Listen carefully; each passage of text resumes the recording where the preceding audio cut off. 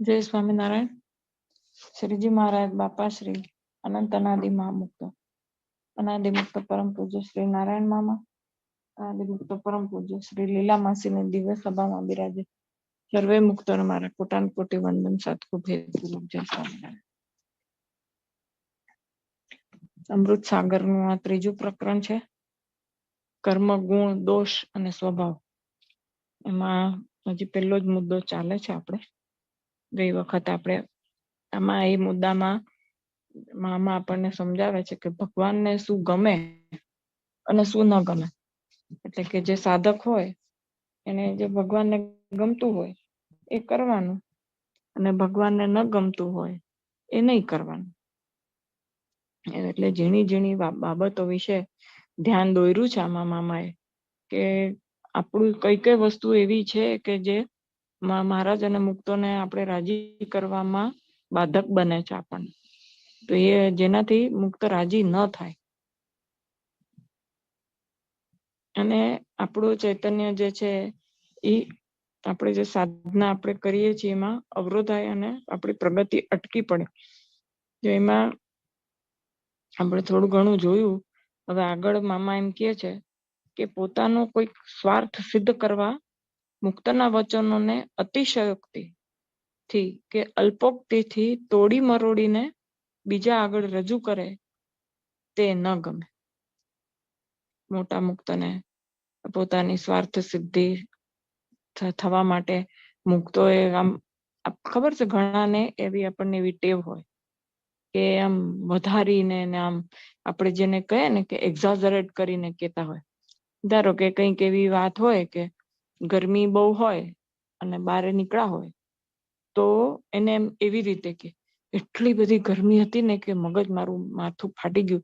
આમ નીચે આમ હજી તો આમ હાથ આમ રાખ્યો ને એટલી વારમાં હાથ કાળો પડી ગયો. એટલે આમ કે ને કે આમ અતિશયોક્તિથી વધારીને વાત કરે.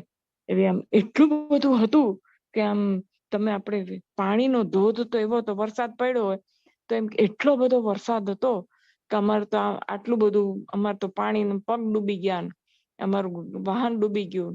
એટલે હોય ઓછું, અને કોક વખત શું કે કોકને એવી ટેવ હોય કે વધારે એમ કે વધારે પડતું નહીં બોલવાનું, થોડું બોલવાનું. એટલે હોય એના કરતા ઓછું બોલે. હા, થોડો વરસાદ પડ્યો તો, હા થોડી ઘણી ગરમી હતી, એમ એવી રીતે. પણ એમ જેવી આવી રીતે ઘણાને એવી ટેવ હોય કે અતિશયોક્તિથી કે અલ્પોક્તિથી તોડી મરોડીને બીજા આગળ રજૂ કરે એવી વાત મુક્તને ન ગમે. કે મુક્તએ જે વચન કીધું હોય એ કે છે ને કે તોડી મરોડીને અથવા તો કે શબ્દો વધારે ઓછા કરીને ન કે પણ ટોન બદલી નાખે ઘણી વખત. તો પછી જરાક ખાલી મુક્તએ એમ કીધું હોય કે આમ નહીં કરવાનું, પછી તો મામા એવા ગુસ્સે થઈ ગયા કે આમ તે કોઈ દિવસ કરાતું હશે, તમારે તો ભાન નથી પડતું. એટલે આવા જે બધા વધારાના જે શબ્દો હોય એ પોતાની અંદરથી ઉમેરે. કે મામાએ ધારો કે આપણને માસીબાઈ કંઈક કહેવાનું કીધું હોય કે ત્યાં જઈને આમ કહી આવ કે તમે કાલે મોડું થયું હતું તો આજે મોડું નહીં કરતા. ખાલી આટલું આ એક ઉદાહરણ આપું છું. કેવું કંઈક આપણને કોકને કીધું હોય કે જા એવું જઈને કહી આવ. હવે આપણે આપણું દાપણ ડોળવાનું. અને કેમ કે માસીના વચનોનો આપણો આશય કદાચ સારો જ હોય કે માસીના વચનોનો ભાર પડે એટલે આપણે આમ એમ એવી રીતે કહીએ એ નહીં જ વસ્તુ. પણ માસી જરાક આજે છે ને આકરા થઈ ગયા હતા, તમને કાલે આવતા મોડું થઈ ગયું હતું ને તો પછી માસીને ગમ્યું નથી. એટલે માસી એમ કીધું છે કે આજે સેજે મોડું નહીં કરતા, સમયસર આવી રહેજો.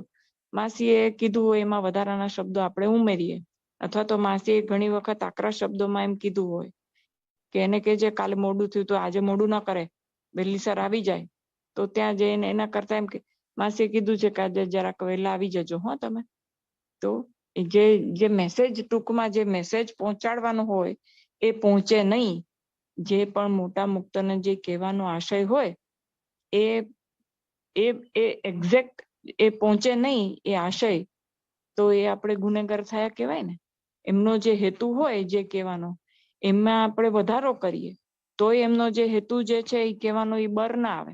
આપણે એમાં તોડી મરોડી નાખીએ એ વસ્તુને તો. અને અથવા તો જે કહેવાનો હેતુ છે એ એને સાવ માઇલ્ડ કરી દઈએ તો એ જે છે એ હેતુ બર નથી આવતો, જે કહેવાનો આશય જે હોય. એટલે એમ કે છે કે એવું મુક્તને ક્યાંથી ગમે કારણ કે એમાં આપણે આપણું ડાપણ દોડતા હોઈએ તો એ વસ્તુ તો ન જ ગમે ને. જ્યારે કે મુક્ત પાસે આપણે રહેતા હોઈએ કે તો આપણે બધા ઠરાવ કે છે ને બધા હથિયાર હેઠા મૂકી દેવાનું, કોઈ હથિયાર આપણું રાખવાનું નહીં. કે હવે ધારો કે આપણે કંઈક હોય કે આપણે માસીને રસોઈમાં મદદ કરતા હોઈએ તો આપણે માસી કે આમ કર તો આપણે રોટલી આવી રીતે કરવાની એમ કે માસી તો આપણે આપણું ડાપણ દોડીએ કે માસી આમ કરીને તો રોટલી વધારે સારી. તારા ઘરમાં આપણે આપણા ઘરમાં જે કરતા હોઈએ જે રીતે રોટલી કરતા, પણ ત્યાં મોટા મુક્તોએ કીધું છે ભલે ને ઈ આપણી દ્રષ્ટિએ બરાબર ન હોય પણ ઈ એમ કે છે તો એમ કે તું આને ત્યાં જઈને આમ આ રોટલી બનાવ. તો આપણને ધારો કે કોઈક બીજાના ઘરે ફાવતું હોય તો આપણે કે માસી હું ત્યાં જઈને કરી આવું, ઓલાને ત્યાં નહીં પણ ઓલાને ત્યાં જાઉં, એવું આપણું ડાપણ. એટલે આપણા જે ઠરાવ હોય ઈ ત્યાં ન ચાલે. એટલે કે છે કે કઈ પણ વસ્તુ એટલે આપણે વિચાર કરીએ ને તો એવી નાની નાની કેટલીય વસ્તુ હોય જેમાં આપણે આપણું ડાપણ દોડ્યું હોય.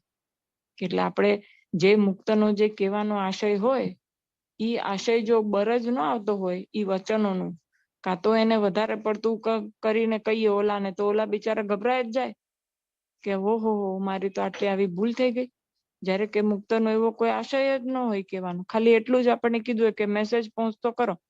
પણ હવે મેસેજ આપણે કઈ રીતે પહોંચતો કરીએ છીએ, અથવા તો કંઈક આપણને એવા કંઈક આશીર્વાદ આપ્યા હોય કે કંઈક વચન કીધા હોય મારા પર તો એવા રાજી થઈ ગયા ને એવા રાજી થઈ ગયા, જા તારું આમ થઈ જશે, એવું કાંઈ બોલ્યા ન હોય અને ખાલી એમ આપણે આશીર્વાદ પરાણે લીધા હોય આપણે કે માસી તમે આશીર્વાદ આપો ને આપો, માસી તમે એકવાર આશીર્વાદ આપો. માસી કીધું સારું.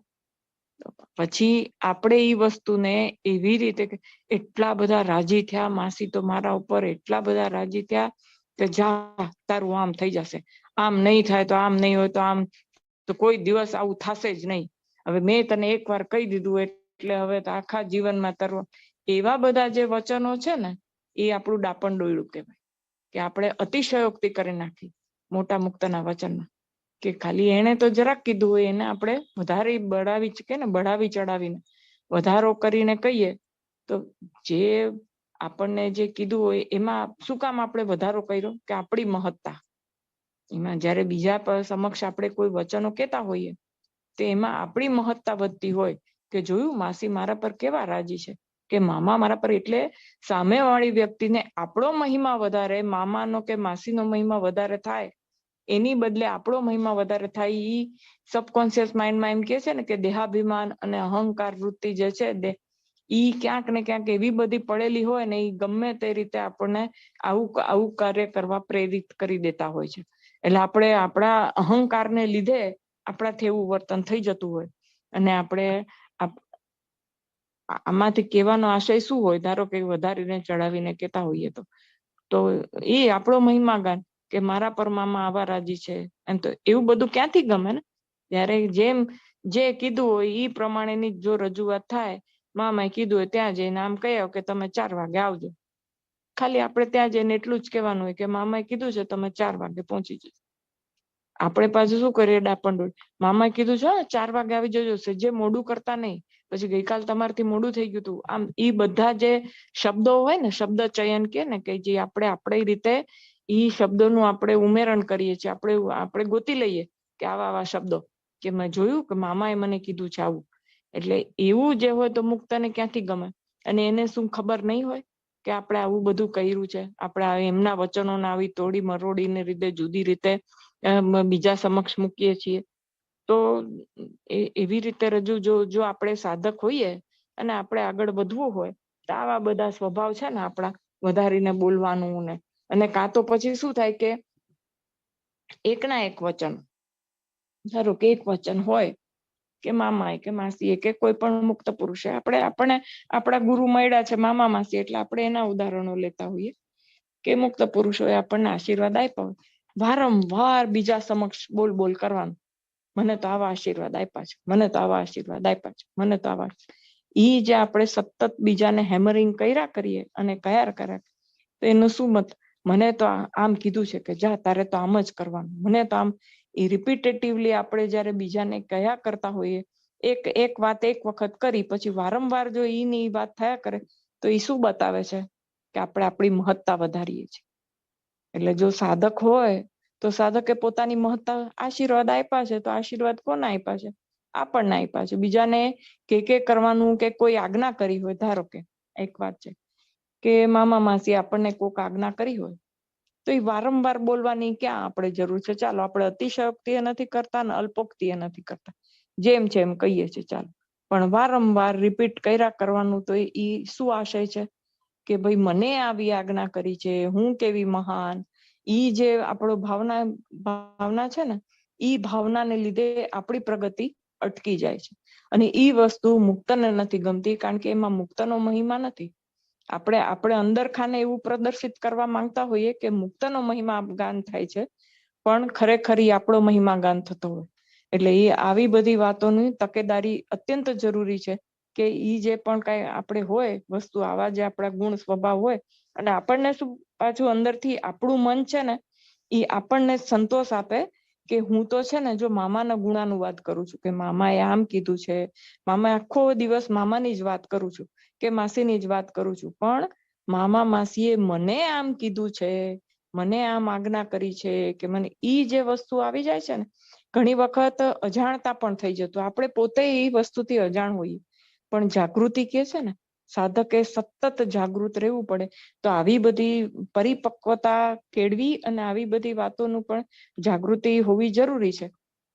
ધારો કે અમારા ઘરે મામા પધાર્યા અને કંઈક વાત કરી હોય, તો એ વાતને પછી તો છે ને મામાએ આમ કીધું, અમારા ઘરે આમ આવી, તો એવી બધી વાતો જેમ છે એમ કરવાની. એમાં મામાનો મહિમા વધતો હોવો જોઈએ, અને આપણું જે વાતચીત છે એ થોડીક આપણી વાત થોડી માઇલ્ડ કરી નાખીએ ને તો વધારે, તો મામાને મુકતો જે છે ને મોટા પુરુષ એ રાજી થાય, મામા રાજી થાય તો મહારાજે રાજી થાય. પણ આપણા અંદર ખાને શું થાય કે ને કે બેક ઓફ ધ માઇન્ડ, એટલે આપણે પાછળ આપણા મગજમાં વસ્તુ સ્થિતિ ઈ ચાલતી હોય કે જેના લીધે લોકો આપણને મહાન સમજે, કે જોયું આને મામાએ કેવું કીધું, માસી આને કેવું કીધું, આપણને કોઈને કાંઈ કીધું છે, આને એકલાને જ કીધું છે. એટલે ઈ જે છે ને ઈ આપણી મહાનતા દર્શાવે. આડકતરી રીતે, ડાયરેક્ટ રીતે આપણે આપણી વાત નથી કરતા, પણ ઇનડાયરેક્ટ આપણે આપણી મહાનતા ગાગા કરીએ છીએ.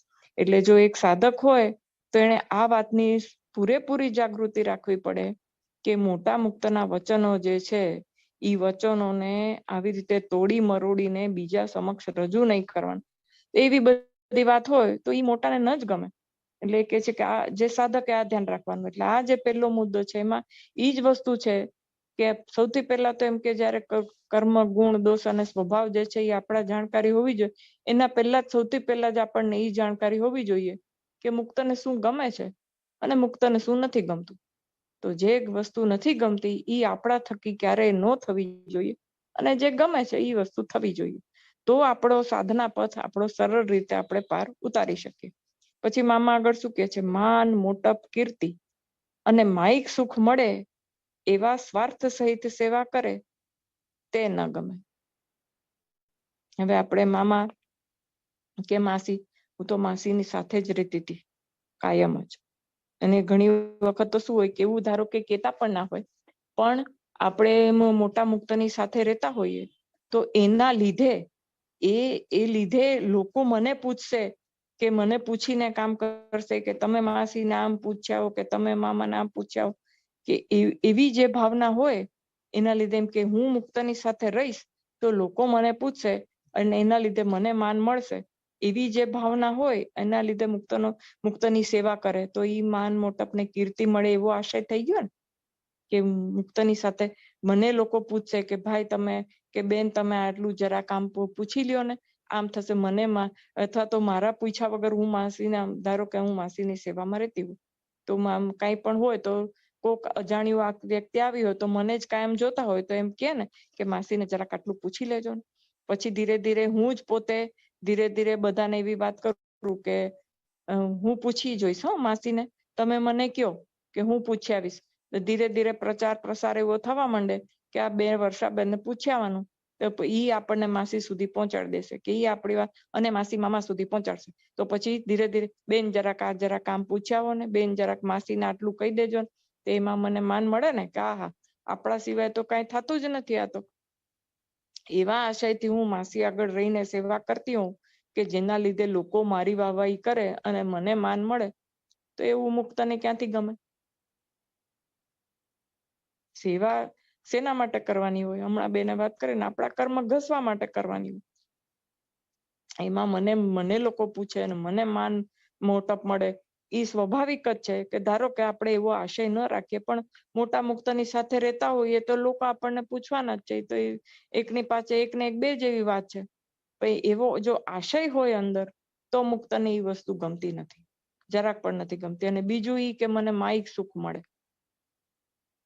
કે આ મામાની કે માસીની કે મોટા મુક્તની હું સેવા કરું છું તો આ લોકોમાં મને આર્થિક સદ્ધરતા મળે, મને સારા સારા વસ્ત્રો, સારું સારું ખાવાનું, એવું બધું જે આ લોકોનું જે બધું કહેવાય માઇક, જે બંધન રૂપ છે, એ બધું જેની માંગણી અથવા તો જેની ઈચ્છા અપેક્ષા એવી બધી સાથે જો આપણે સેવા કરતા હોઈએ અને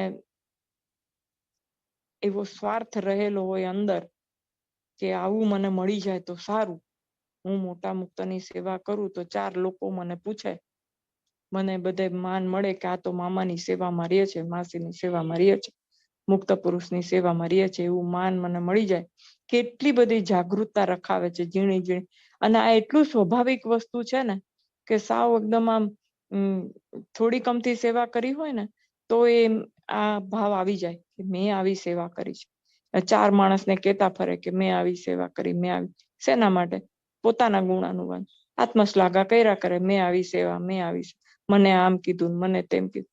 આપણને જે કીધું એ આપણા પૂરતું રાખવાનું. ના, અમુક સમાસના અર્થે કહેવાનું હોય તો એ કહેવાનું, પણ એમાં એવી રીતે એની રજૂઆત કરવાની હોય કે જેનાથી લોકોને આપણે જે મુક્ત પુરુષ છે એનો મહિમા વધે, એને એમના લીધે એમની મહાનતા ખબર પડે કે ઓહો મામા આવા મહાન હતા, માસી આવા મહાન હતા.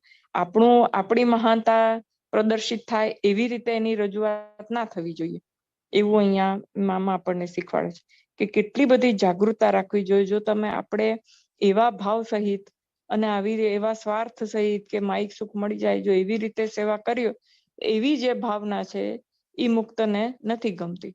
એટલે એક સાધકે કે જો ખાલી એમ કે મને સેવા મળી ગઈ, વાહ મારા તો કર્મ કપાઈ ગયા અને મને તો મુક્તની કેટલી બધી સેવા મળી ગઈ, મેં તો આખી જિંદગી સેવા કરી, એવું આપણે ગાગા કરીએ તો એ જે પ્રારબ્ધ કર્મ ન કપાય અને કાંઈ થાય નહીં, આપણે ઠેરના ઠેર રહીએ, ચૈતન્યની ઉર્ધ્વગતિ એ ન થાય ને એમનો કૃપા પ્રસાદ જેટલો મળવો જોઈએ એટલો કાંઈક સ્પર્શ થઈને આપણે થોડા ઘણા આગળ વધીએ. પણ જે વધવું જોઈએ, જે થવું જોઈએ, જે મુક્ત પુરુષનો આશય છે એ અહીંયા બર ના આવે.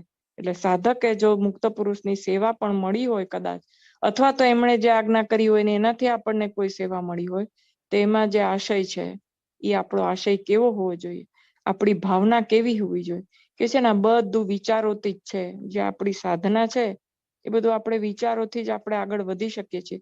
તો આપણે કેવા વિચારો હોવા જોઈએ, આપણી કેવી ભાવના હોવી જોઈએ, એ પ્રમાણે આપણે આગળ વધી શકીએ.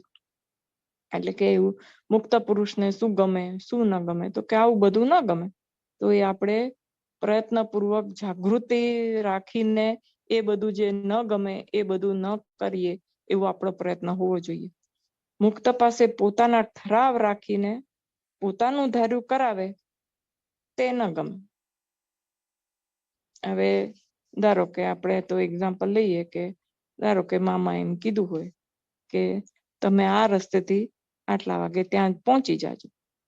આપણને ખબર જ હોય કદાચ કે એ રસ્તો બહુ ટ્રાફિક વાળો છે, તો કે ના મામા હું તો મામા ઓલા રસ્તે જવું, ત્યાં એ રસ્તો ખાલી હોય છે. ભાઈ મામાએ કીધું છે કે ઓલા રસ્તે જા, તો પછી શું કામ આપણે? અથવા તો આપણને એમ ખબર હોય કે મને સ્કૂટર ચલાવતા સારું આવડે છે તો મારે સ્કૂટર પર જવું છે, મામા કે તું સાયકલ પર જા, તો આપણે કે ના હું તો સ્કૂટર પર મામા જવું, જલ્દી પહોંચી જઈશ. હવે સાયકલ પર જવાનું કીધું છે, ચૂપચાપ સાયકલ પર જા ને ભાઈ તું.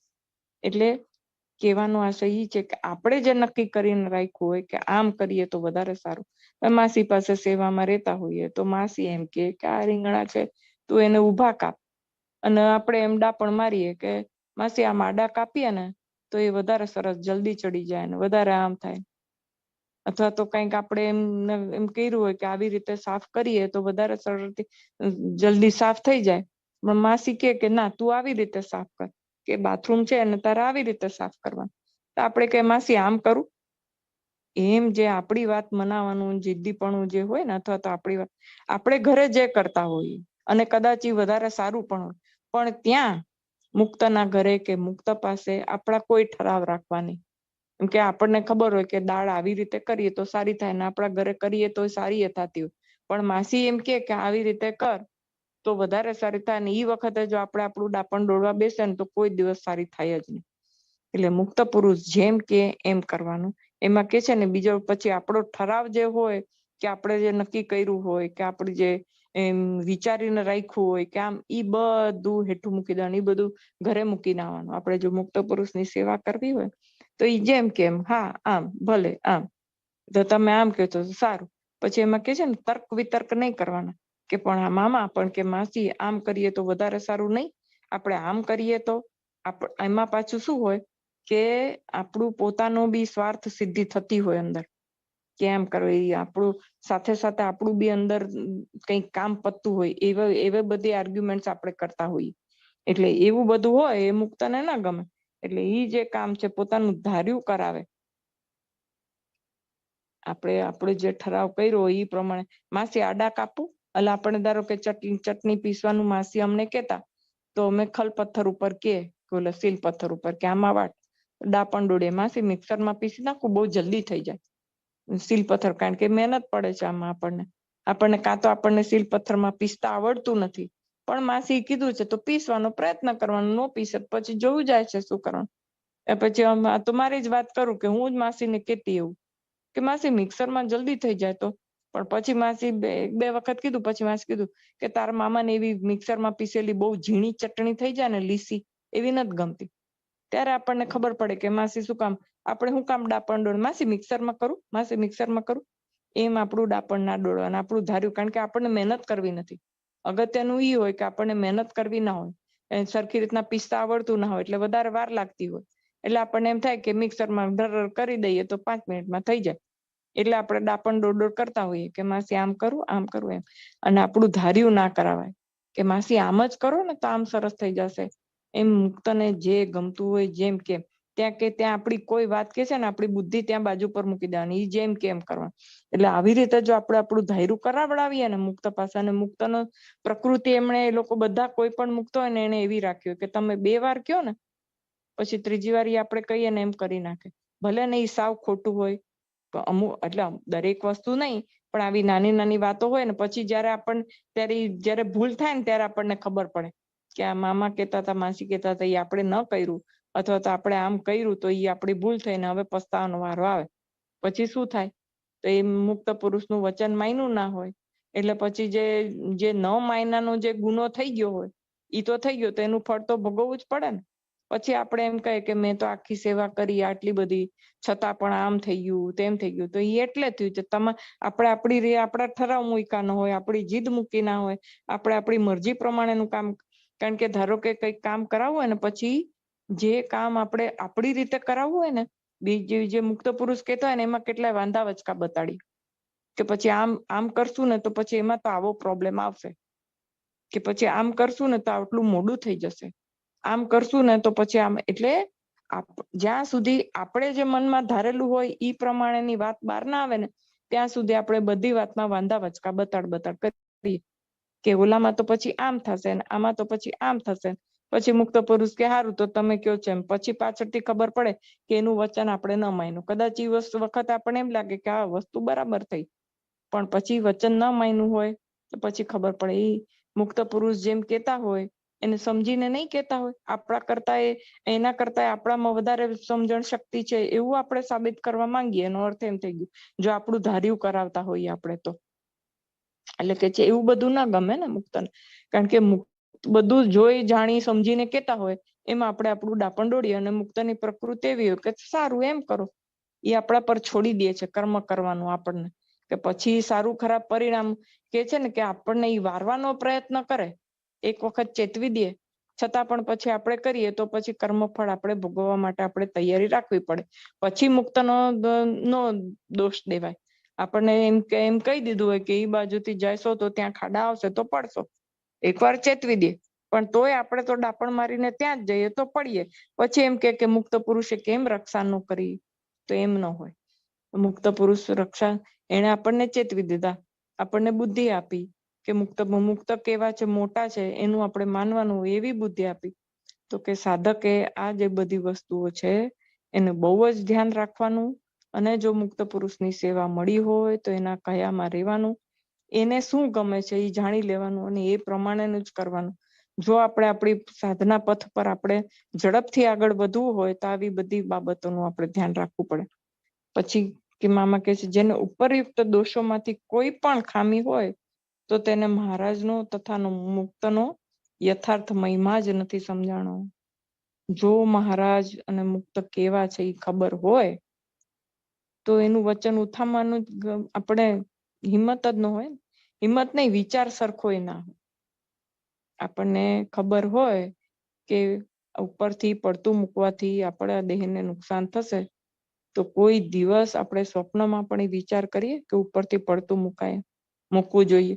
કેવું થાય છે, હવામાં ઉડવાનો અનુભવ કેવો છે, લાવો માણી લઉં, એવું ક્યારેય એવો વિચાર આવે છે? નથી આવતો.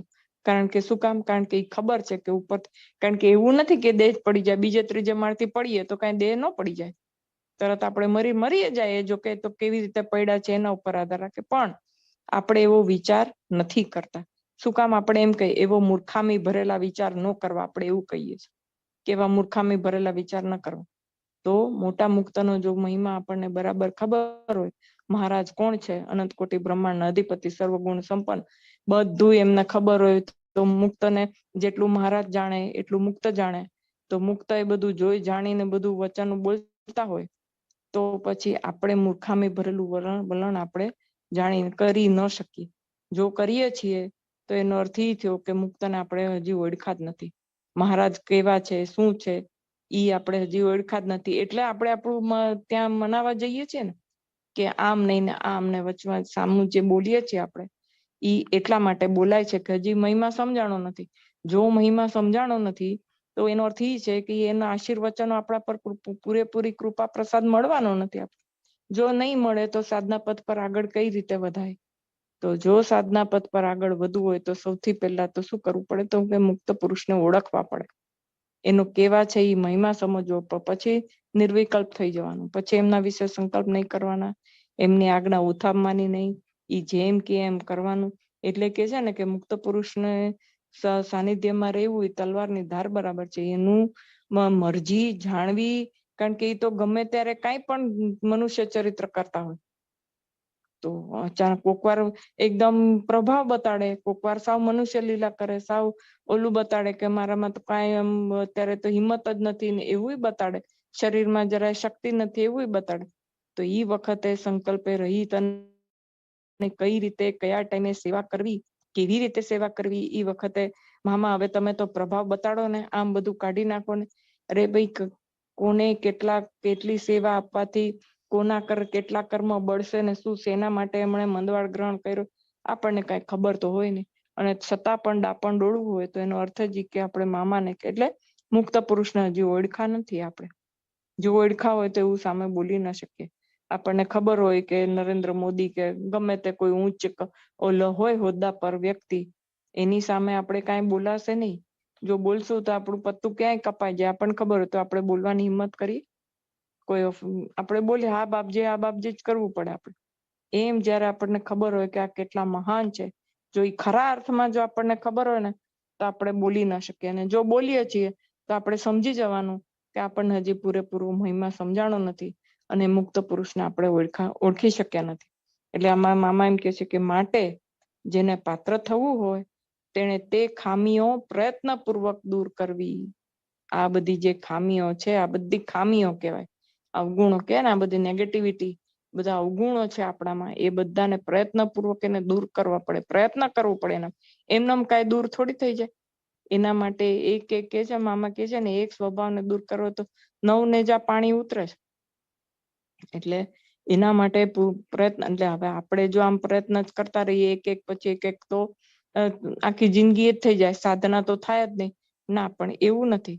સાધના કરતા કરતા જાગૃતિ રાખી, અને ધારો કે હવે એક વસ્તુ આપણે લઈએ કે ક્રોધ, તો ક્રોધ આપણને ઘડી ઘડી ક્રોધ આવી જતો હોય તો જે વસ્તુ એમ કે નથી આપણને મુક્ત પુરુષને નથી ગમતી કે કોઈ સાથે આપણે દ્રોહ બુદ્ધિ રાખીએ છીએ તો એ મુક્ત પુરુષને નથી ગમતું, તો એ જે વસ્તુ છે તો એ આપણે કાઢવાનો પ્રયત્ન કરવાનો, સાથે સાથે આપણી સાધના પણ ચાલુ રાખવાની છે. હવે આ સ્વભાવ દૂર ના, એક સ્વભાવ દૂર ન થાય ત્યાં સુધી બીજો સ્વભાવ દૂર કરવાનો પ્રયત્ન નહીં કરું અને સાધના તો મારી થઈ જ નહીં શકે ને એવા ઠરાવ કરે તો જીવન ક્યારેય પૂરું થઈ જાય ને એક ડગલું એ આપણે આગળ ન વધીએ. એટલે આ તો જેમ જેમ મને પાછું એમ કે છે ને કે જેમ જેમ આપણે આગળ વધતા જઈએ એમ એમ આપણામાં બળ વધે, હિંમત વધે, આપણી જાગૃતિ વધે, આપણે શું કરવું છે, આપણે કેવી રીતે કરવું છે અને એ દૂર કરવાના આપણને પ્રયત્નમાં આપણને સફળતા ઝડપથી મળતી જાય. એટલે બધું સાથે સાથે થાય. એટલે એક વસ્તુ કરવી ને બીજી ન કરવી એમ નથી. સાધના એ ચાલુ રાખવાની અને આ બધા પ્રયત્નો એ ચાલુ રાખવાના. એટલે જેમ જેમ આપણે સાધનામાં આગળ વધતા જઈશું એમ એમ આ બધું પણ ઝડપથી દૂર થતું જાય એવું કે છે મામા અહીંયા. હવે બીજો મુદ્દો એમ કે છે કે સાક્ષાત્કાર ન થાય ત્યાં સુધી અંતઃકરણનું શુદ્ધિકરણ અને અશુદ્ધિકરણ ચાલ્યા કરે. કારણ કે અનંત જન્મોના સંસ્કારો ભૂસાતા સમય જાય.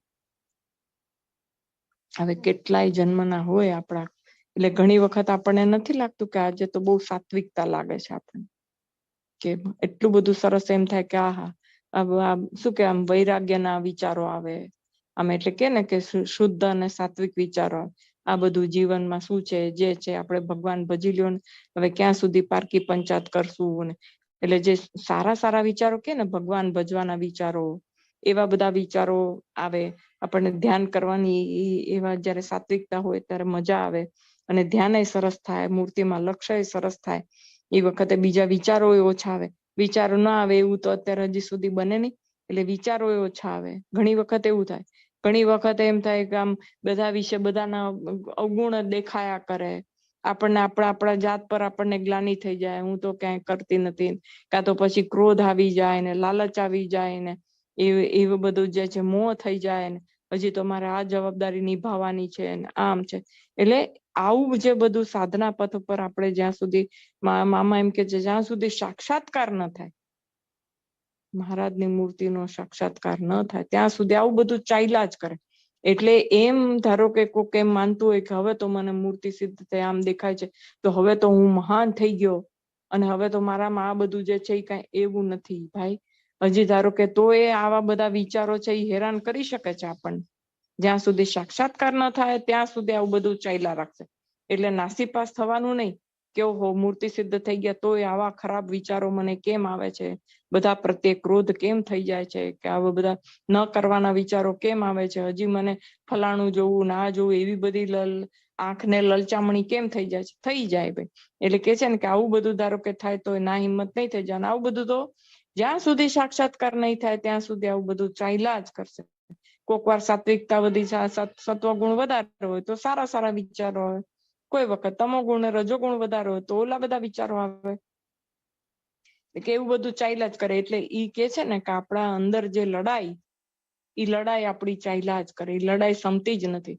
જ્યાં ક્યારે શમી જાય વિચારોની લડાઈ તો કે જયારે મૂર્તિનો સાક્ષાત્કાર થાય ત્યાં સુધી. કારણ કે આવા બધા ખરાબ વિચારો આવે એટલે વળી પાછું આપણે જો ઓલી ટેવ પડી હોય એટલે વળી કે આવા આવા શું વિચારો, આપણે એ બધું મૂકો ને આપણે. એટલે પછી જે નેગેટિવિટી જે અંદર ઘૂસી ગઈ હોય ને એને કાઢીને પાછી પોઝિટિવ થતા પાછું આપણને વાર લાગે, દિવસો જતા રહે એટલે એ પાછું બગડે દિવસો. વળી પાછા એ સાત્વિકતા આવે તો વળી પાછું ધ્યાન ભજન સરસ થાય. એટલે થોડાક દિવસ સારું થાય, થોડાક દિવસ ન થાય, વળી પાછું થાય, વળી પાછું ન થાય, એમ ચાલ્યા જ કરે. મામા કે છે જ્યાં સુધી મૂર્તિનો સાક્ષાત્કાર ન થાય ત્યાં સુધી. એમાં ગભરાવાનું કાંઈ ન હોય, કારણ કે અનંત જન્મોના સંસ્કારો ભૂસાતા સમય જાય. કારણ કે અમુક સારા આપણે આ મનુષ્ય જન્મ મળ્યો છે અને સત્સંગ ઓળખાણો છે, મોટા મુક્તના આશીર્વાદ મળ્યા અને મોટા મુક્ત ઓળખાણા તો કંઈક તો સારા કર્મો કર્યા હશે ને આપણે તો. ઈ જયારે સારા કર્મો ઉદય થઈ જાય તો કે છે ને સારા કર્મોને ભૂસવાના તો છે અને ખરાબ કર્મોને ભૂસવાના છે, પણ જે ગુણ છે એને બધાને ડેવલપ કરવાના, આપણે નવગુણોને કાઢવાના. કે એ બધું કરતા વાર તો લાગે જ ને. અને આપણે સાધના પથ પર આગળ વધતા હોઈએ એટલે જેમ જેમ આગળ વધીએ એમ કસોટી આવે. એટલે કસોટી આવે તો પછી અશુદ્ધિકરણ થાય આપણા અંતઃકરણ. તો અંતઃકરણનું અશુદ્ધ થાય તો વળી પાછું નેગેટિવિટી આવે, વળી પાછું પોઝિટિવ, વળી પાછું ભગવાનનું ધ્યાન ભજન કરતા હોય તો વળી પાછું કે મૂકો ને લપ, આપણે આ બધું શું, આવું બધું તો ચાલ્યા કરશે એમ. કારણ કે ઈ જે અનંત જન્મથી આ બધું ચાલ્યું આવે છે, તો એકદમ જ તો સાત્વિકતા કેમ આપણામાં આવી જાય? કારણ કે જો ઈ એકદમ સાત્વિકતા આવે ને નિર્મળ થઈ જઈએ તો પામી ચૂક્યા કહેવાય ને આપણે. એટલે જ્યાં સુધી નથી થતું આપણે અધૂરપ છીએ. સાધના પથ જ્યાં સુધી ચાલુ છે ત્યાં સુધી સાધના આપણી ચાલુ છે ત્યાં સુધી આ વસ્તુ તો રે ને રે જ. એટલે મામા એમ કે છે કે એ વસ્તુ તો રે જ, એટલે એમાં કઈ ગભરાવાનું ના હોય. જેમ બહુ પાક્કા રંગનો ડાઘ પડ્યો હોય તો વધારે મહેનતથી નીકળે, તેમ અતિ પરિશ્રમે અને મુક્તની કૃપાથી કાળે કરીને સ્વભાવ અને સંસ્કારનો નાશ થાય અને અંતઃકરણ શુદ્ધ થાય. પાકો ડાઘ અનંત જન્મના આવા સંસ્કાર કે છે ને, પ્રાણ ને પ્રકૃતિ, અમુક જાતની આપણને પ્રકૃતિ પડી ગઈ હોય ઈ તો સાથે જ જાય. કારણ કે બીજા કેટલાય જન્મથી આવી આપણી પ્રકૃતિ પડી ગઈ હોય છે. એટલે ઈ આપણો જે કે ને સ્વભાવ, હવે એમ કેવાય કે ધારો કે જોડકા હોય ને, બાળકો જોડકા જન્મ્યા હોય ને, તો એ બેયનો સ્વભાવ પ્રકૃતિ અલગ અલગ હોય. જન્મવાને ખાલી 1 કે 2 મિનિટનો સમય વચમાં ગયો હોય, કારણ કે બેવ ચૈતન્ય જુદા છે, બેવના કર્મ ફળ જુદા છે, સ્વભાવ પ્રકૃતિ તદ્દન અલગ હોય, ભલે બેવ જોડકા હોય છતાં પણ. એટલે એવું ઘણા આપણને જોઈએ છે કે ઘણા એવા હોય કે બેવનું લગભગ સરખું હોય, પણ અમુક તો એવા જોડકા હોય કે તદ્દન વિપરીત હોય, સાવ વિપરીત હોય એવું આપણને દેખાય. તો શું કામ દેખાય જેવું? કારણ કે બેવના કર્મ ફળ ને બધું છે એ જુદું છે, બેવ ચૈતન્ય જુદા છે.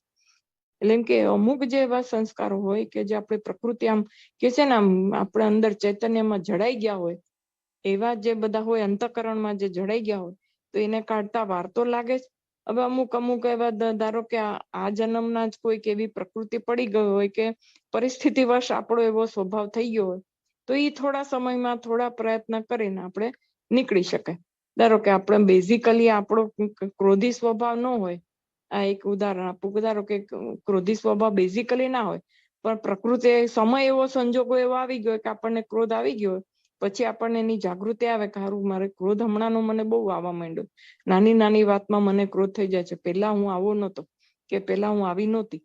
તો પછી એવું જે હોય ને સ્વભાવ, એ થોડા પ્રયત્ન કરીને જાગૃતિ રાખે તો નીકળી જાય. પણ અમુક સ્વભાવ જે હોય, આપણે અમુક નાના બાળકોને જોઈએ ને, અમુક જે હોય નાનપણથી જિદ્દી હોય. અમુકને આપણે તમે જુઓ ને કે આપો એમ કયો તો આપી દે, તો એ જિદ્દી ના હોય. અમુક લોકો પહેલાથી જ જિદ્દી હોય, ના જ પાડે, નહીં જ આપે. એ શું કે પૂર્વના અનંત જન્મના બધા સ્વભાવ પડી ગયા હોય, તો એ મોટું થાય તો પછી એવું જ થાય બાળક. તો પછી ઈ જે પૂર્વના હોય તો હવે એને કાઢતા તો એને વાર જ લાગે ને. હવે એને આપણે ધારો કે સાધના પથ એને લીધો અને ખબર પડી કે આ ભાઈ જિદ્દી સ્વભાવ સારો નથી સાધનામાં, મને ભગવાનને પામવામાં.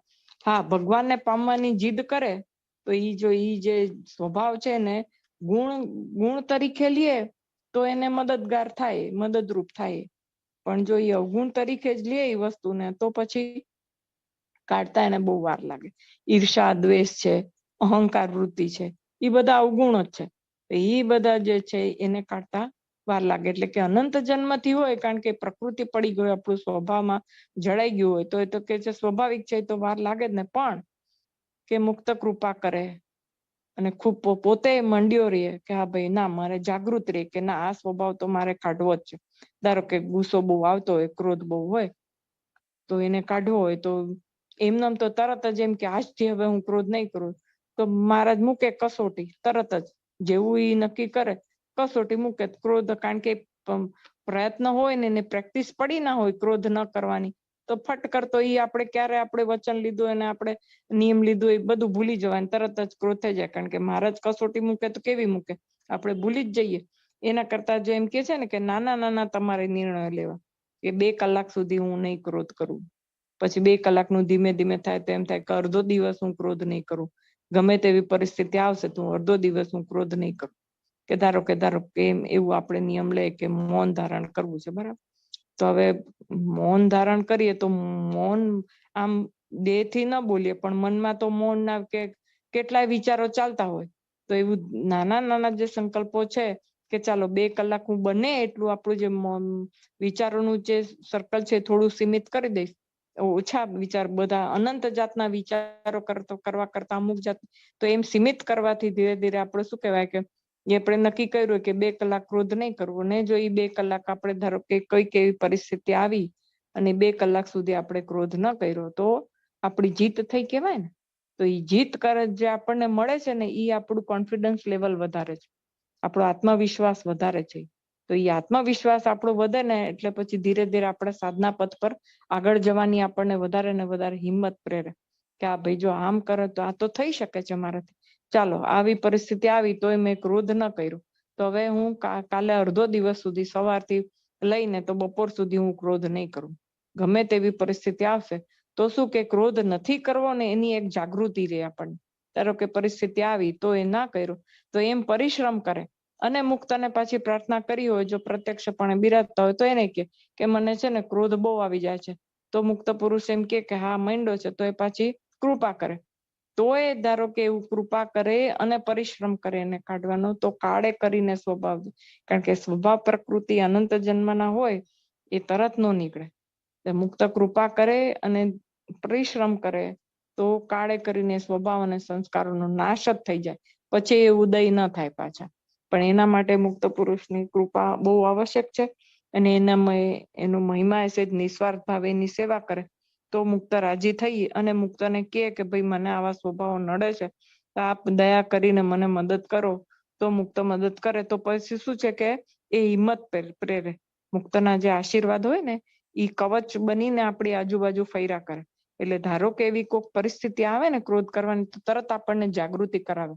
એ જે આશીર્વાદ હોય ને એ કે આપણે ક્રોધ નથી કરવાનો, અને એ બળે પ્રેરે, ક્રોધ ન કરવા માટેનું બળ પ્રેરે અને ક્રોધ આવતો હોય તો એને રોકી પણ દે.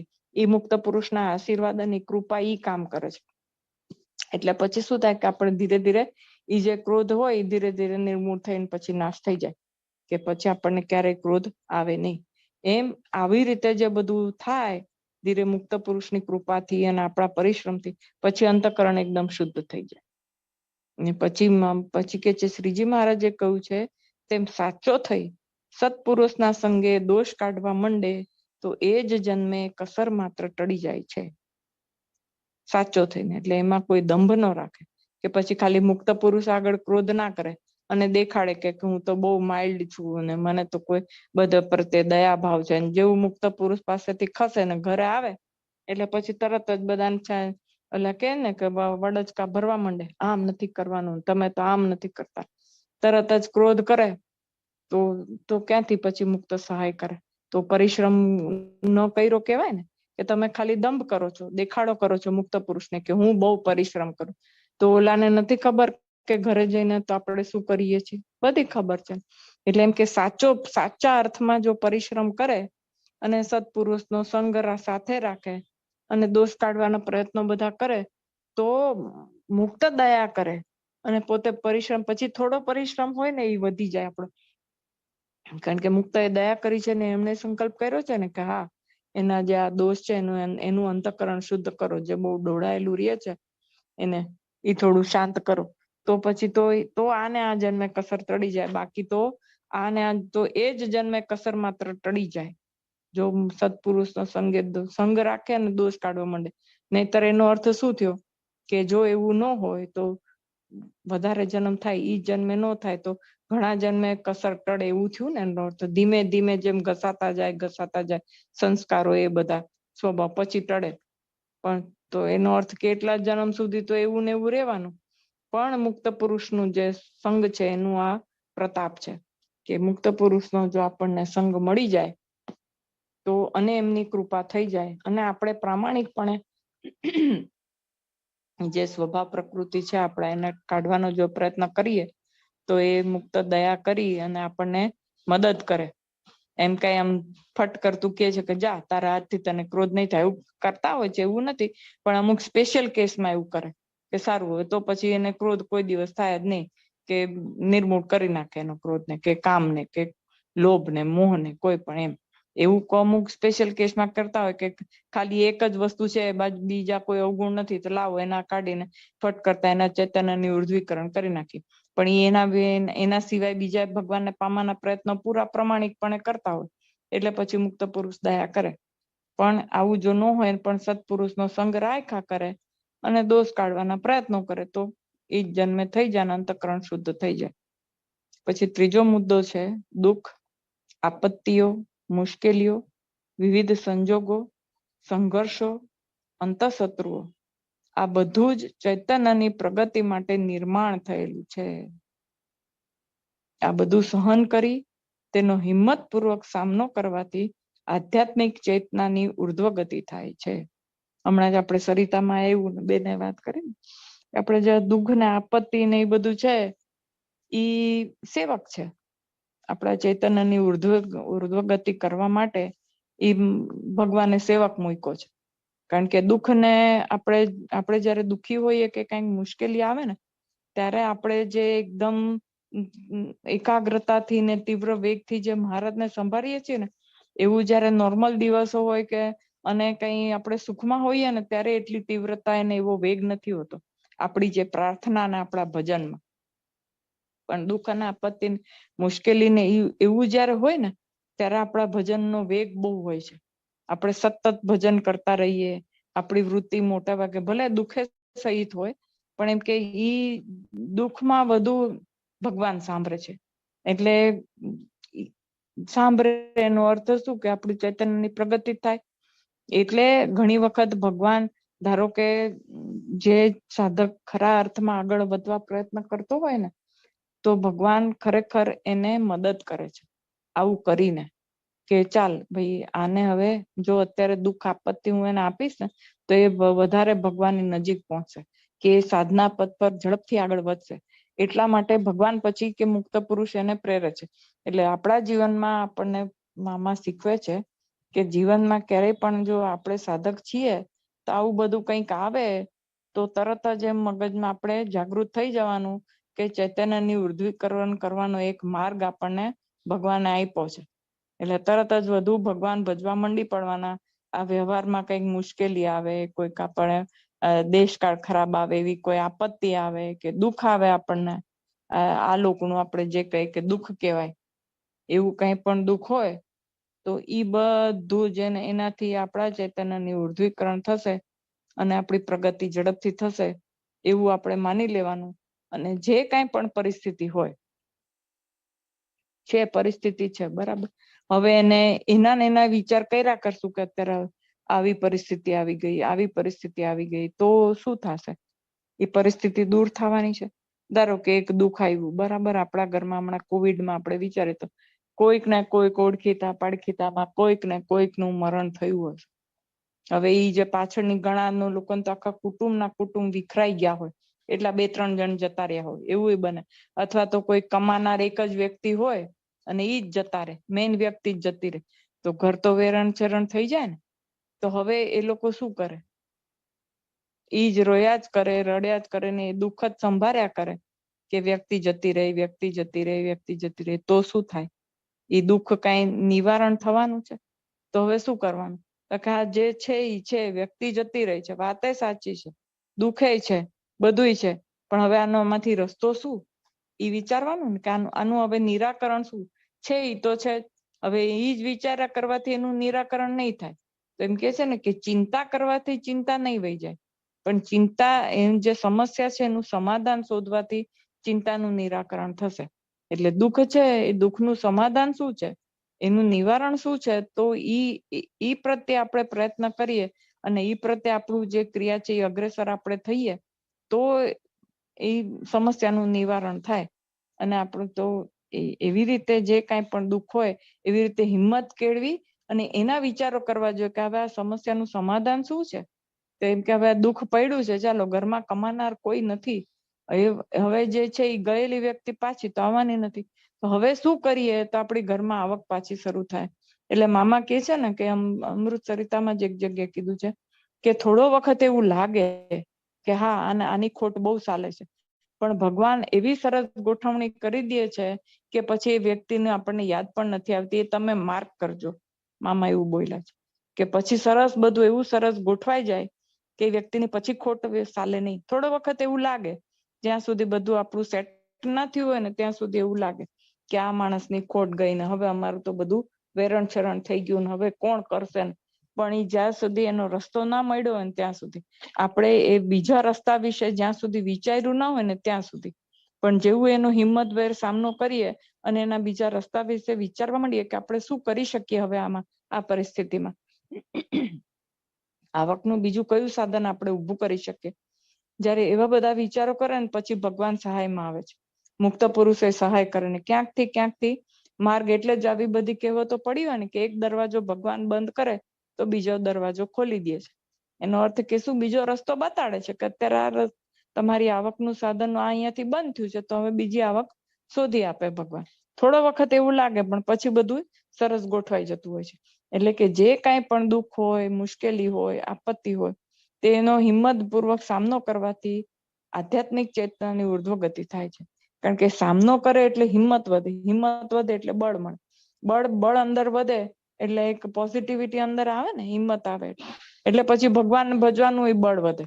એ બળ છે જે આપણને હિંમત આવી હોય, જે હિંમતનો ગુણ છે, એ પછી બધી બાબતમાં એનો આપણે ઉપયોગ કરી શકીએ અને એ આપણને મદદરૂપ થાય. ખાલી એક જે સમસ્યા છે એનું નિવારણ કરવામાં તો એ હિંમત જે છે એ તો કામ લાગે જ.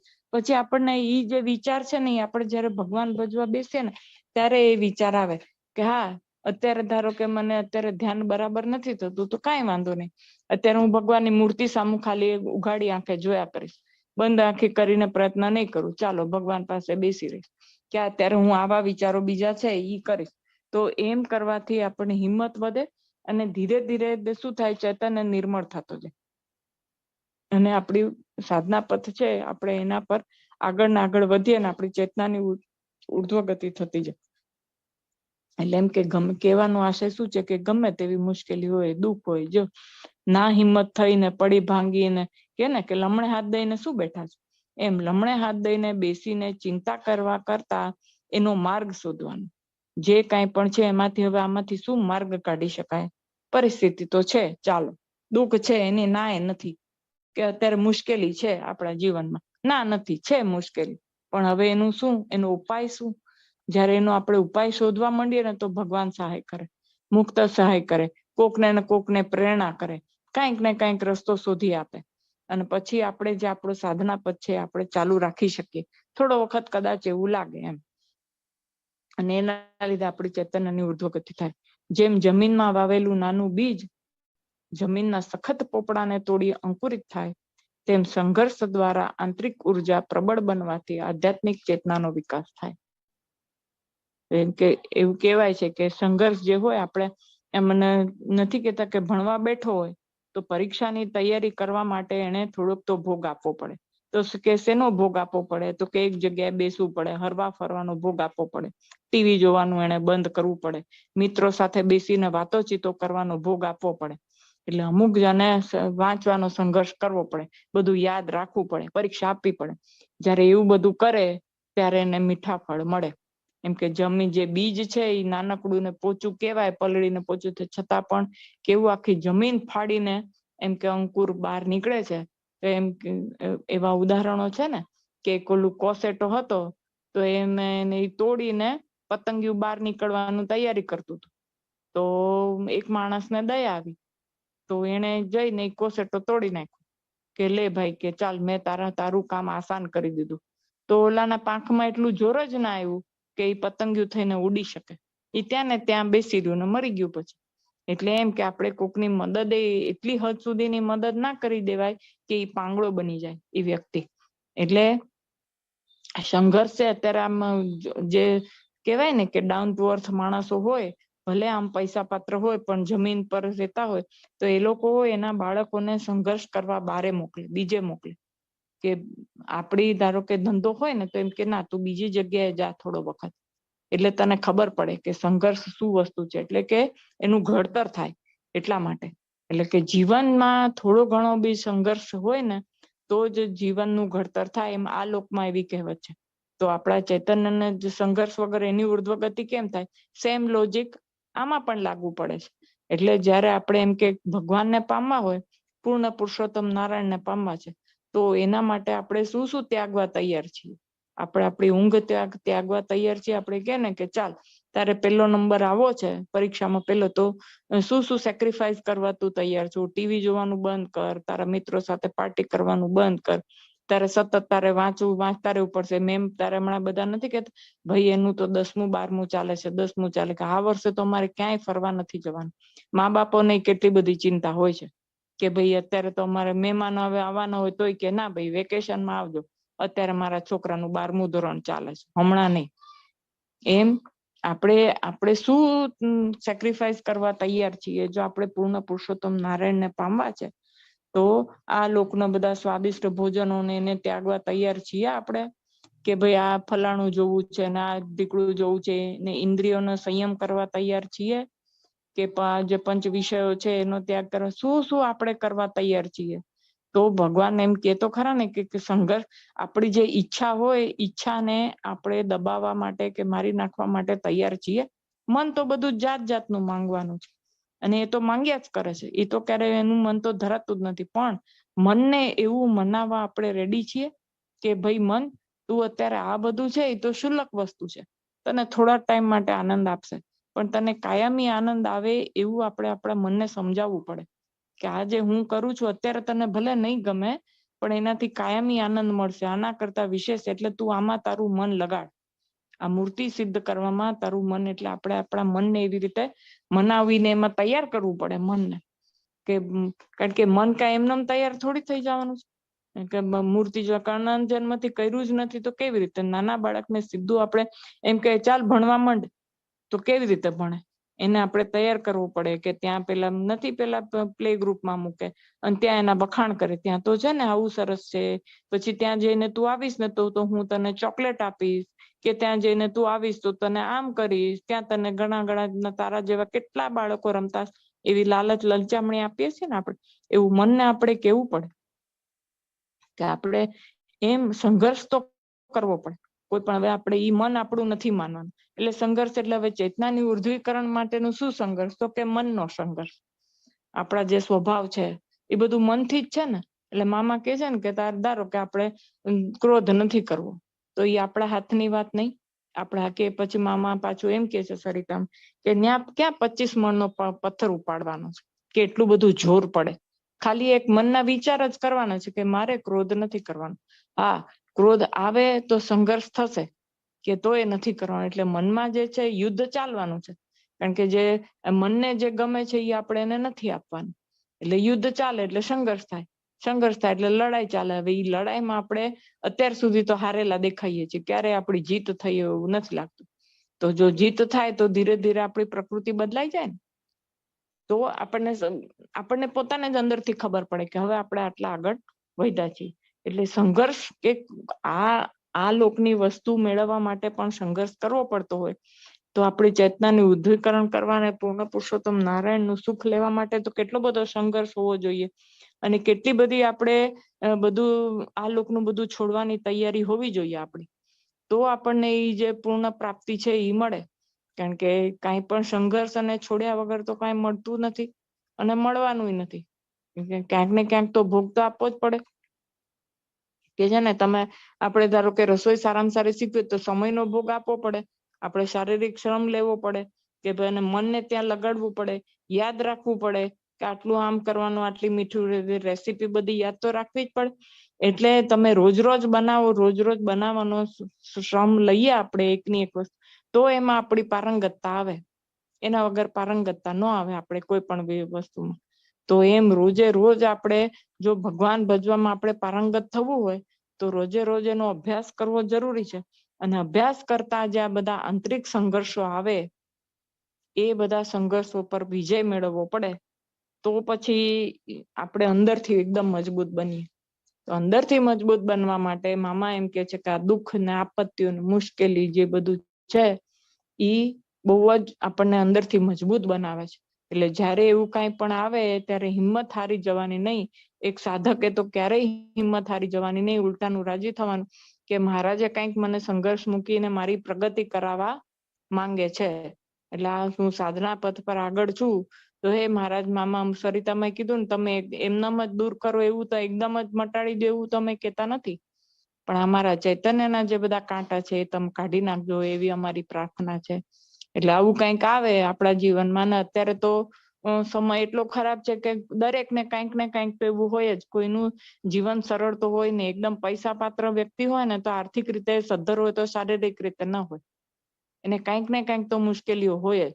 કોકને આર્થિક હોય, કોકને શારીરિક હોય, કોકને માનસિક હોય, કંઈક ને કંઈક તો મુશ્કેલીઓ હોય ને હોય. હવે એ મુશ્કેલીમાંથી આપણે હિંમતભેર, આપણને આ મુશ્કેલી ભગવાને એટલા માટે આપી છે કે આપણા ચૈતન્યનું ઉર્ધ્વીકરણ થાય, એવું આપણે મગજમાં એક ઠરાવ રાખવાનો કે એક નિર્ધાર રાખવાનો કે આ મને એટલા માટે આપ્યું છે કારણ કે આપણને મુક્ત પુરુષ મળ્યા છે, આપણને મહારાજ ઓળખાણા છે, આપણને કારણ સત્સંગ એટલે શું એ ખબર છે, મૂર્તિ પામવાની આપણને ખબર છે, આપણે સાધના પથ પર આગળ ચાલવું છે.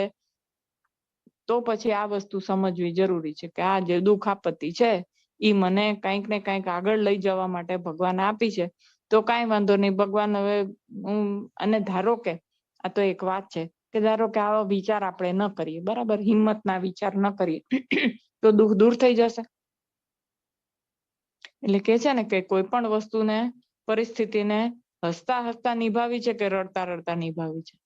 પરિસ્થિતિઓ તો જેમ છે એમ જ રહેવાની છે. હવે નક્કી આપણે કરવાનું છે કે એ પરિસ્થિતિને કેવી રીતે જોવી, હસતા હસતા હિંમતભેર જોઈને એનો સામનો કરીને એનું નિવારણ તરત લાવવું છે કે એને એ મુસીબતને રડ્યા જ કરવું છે કે આમ છે ભાઈ, આમ છે, હું તો દુઃખી દુઃખી દુઃખી દુઃખી, અને કોઈ પ્રયત્ન નથી કરવો. એ આપણે નક્કી કરવાનું. જો આપણે સાધક હોઈએ તો હિંમત તો ક્યારેય હારવાની જ નથી, ગમે તે પરિસ્થિતિમાં, ગમે તે થાય. તો એ વસ્તુ આપણે ધ્યાન રાખી અને આપણે આગળ વધ્યા કરવાનું. તો અંદરથી શું થાય કે એક ધારો કે એક આપણે મુસીબત, એમ નથી કેતા આપણે કે એ તો બધે ફરેલા છે ને એને તો કેટલું વેઠું છે એટલે હવે તો એટલા હિંમત વાળા થઈ ગયા છે ને કે આવું બધું નાનું નાનું તો એને કઈ દેખાતું જ નથી. એ બધું એને તો કોકને બહુ મોટું દુઃખ આવ્યું હોય જીવનમાં અને પછી નાની સમસ્યા હોય તો આપણે બધા એ હોય ને એમ જ કહી એટલા આટલા મોટા દુઃખ આગળ એને આ શું લાગવાનું, આ તો કઈ લાગવાનું નથી. એમ આપણે જો વધારે પડતો સંઘર્ષ કરીને આપણે આગળ આવીએ, કારણ કે આ શું છે કે આપણી આંતરિક લડાઈ છે, એ બારે કોઈને નથી દેખાવાનું. એ જે આપણે દુઃખ ને મુશ્કેલીઓ છે એ દેખાય, પણ આપણી આંતરિક દુઃખ હોય તો આપણને ધારો કે આપણે ક્રોધ આવ્યા કરે છે આપણને, અને આપણે ક્રોધને જીતવાનો આપણે પ્રયત્ન કરીએ છીએ અને એ આપણાથી જીતાતો નથી, આપણે ભગવાનને પ્રાર્થના કર્યા કરે છે તો આપણી આંતરિક ઓલી છે ને ગડમથલ છે ને એમાં સંઘર્ષ આંતરિક છે, એ કોઈને ક્યાંથી દેખાવાનો છે. છતાં પણ ઈ જે એમાં આપણે જયારે વિજય મળે ને, ત્યારે આપણને સક્સેસ મળે, ત્યારે આપણો આત્મબળ એટલું બધું કે ને વિલ પાવર એ એટલો બધો મજબૂત થઈ જાય છે ને આપણને એ જે બધી સામનો કરવાનું આપણને બળ મળે છે. અને ધ્યાન કરવામાં આપણને એટલું સારું, વધારે ને વધારે આપણી વૃત્તિ અંદર મૂર્તિમાં જોડાયા કરે છે. એક એક મુસીબતોનો જેમ જેમ આપણે સામનો કરતા જઈએ ને એમ, કારણ કે ભગવાન અંદર પ્રેરાય છે કે હા ચાલો આ મારા દીકરાએ હિંમત રાખીને આ જે આવી છે એનામાં મુસીબત કે એનાથી ચાલો એટલે આપણો ચૈતન્ય વધુ પણ નિર્મળ થાય, વધુ શુદ્ધ થાય એ જે મુસીબતોને લીધે. એટલે પછી ભગવાન આપણને એમાંથી ઉગારી લે. પછી એમ કે દરેક વખતે પછી એનાથી વધારે અઘરી મુસીબત એવું ના પણ કરે. મામા એવું કહે છે અમૃતસરિતામાં કે દરેક વખતે આપત્તિને મુશ્કેલી આપીને ચૈતન્યને નિર્બળ બનાવે એવું નથી, પણ સંઘર્ષ, આ જેમ કીધું ને કે આ લોકના વ્યવહારમાં પણ સંઘર્ષ જરૂરી છે, એમ સંઘર્ષ તો કરાવડાવે. એટલે મનની મથામણ તો થયા જ કરવાની. કોક વાર આવા સારા વિચાર આવે, કોક વાર ખરાબ વિચારોને લીધે આપણાથી વર્તન પણ એવું થઈ જાય, બારે લોકોને દેખાયું કે તો ઘણા લોકો નથી કેતા કે ઓહો આમ તો આવા ભગત દેખાય છે ને આવું વર્તન કર્યું, પણ એને ગડમથલ ચાલતી હોય તો થઈ જાય, વળી પાછા સારા થઈ જાય, વળી પાછા, એટલે એવું બધું ચાલ્યા કરે. એટલે આમ ને આમ આ જે સાધના પથ છે મામા આપણને સમજાવે છે કે તમે આપણે એક વખત ચાલીએ આ સાધના પથ ઉપર તો આવું બધું તો આવ્યા કરવાનું. સંઘર્ષ તો રહેવાનો, શારીરિક સંઘર્ષ પણ હોઈ શકે, માનસિક સંઘર્ષ પણ હોઈ શકે. એ બધું જે હોય એને હિંમતભેર એનો સામનો કરી અને મોટા મુક્તને શું ગમે છે શું નથી ગમતું એની જાગૃતિ રાખીને આપણે જો સાધના પથ પર આગળ વધ્યા કરે તો ધીરે ધીરે કે છે ને એક ધીમે આપણે કેટલા ટીપે સરોવર ક્યારે ભરાઈ જાય ખબર ન પડે આપણે. અને પછી એક વખત શું થાય કે એક વખત આપણો જે રસ્તો પકડાઈ જાય ને આપણને, પછી તો ગતિ આપણી વધી જાય. શરૂઆત જે છે ને એ શરૂઆત જ કરવાની બહુ અઘરી છે, પછી તો જેમ આપણને એ રસ્તો ખબર પડી જાય ને કે હવે ક્રોધ આમ કરવાથી ક્રોધ નથી આવતો, તો પછી મોહ પછી કેવી રીતે દૂર કરવો એ ખબર પડે. જે એકદમ પહેલું જે હટાવવાનું છે ને એ જ, જયારે એમ નથી કેતા કોકને વજન ઉતારવું હોય ને તો ડોક્ટરો એમ કે પેલા હલવું જોઈએ એ વજન. તમારું જે ધારો કે 70-75 કિલો વજન છે, તો એ 70 માંથી થોડુંક 500 ગ્રામ કે 200 ગ્રામ બી હટે ને એ હલવું જોઈએ. એક વખત હલે ને પછી ઉતરવાની શરૂઆત થાય, પછી ઝડપથી ઉતરે. એમ આપણી જે વૃત્તિ છે એ એકવાર આપણે સામનો કરીને હિંમતભેર સામનો કરી અને એ પરિસ્થિતિમાંથી થોડાક પણ નીકળીએ ને તો પછી આપણે જે પ્રગતિ છે એ ઝડપથી થાય. અને ભગવાન પછી સહાય પણ વધારે કરે અને મુક્તનો રાજીપો પણ ઉતરે. એટલે સાધના પથ ઝડપથી કપાય આપણો અને આપણે વધારે ને ઝડપથી પ્રગતિ કરી શકીએ. ચાલો હવે સમય થઈ ગયો છે. કંઈક વધારે ઓછું બોલાઈ ગયું હોય તો મોટું હૃદય રાખીને માફ કરજો. સહજાનંદ સ્વામી મહારાજની જય. બાપા શ્રીની જય. સદગુરુ શ્રીની જય. સ્વામિનારાયણ ભગવાન જય.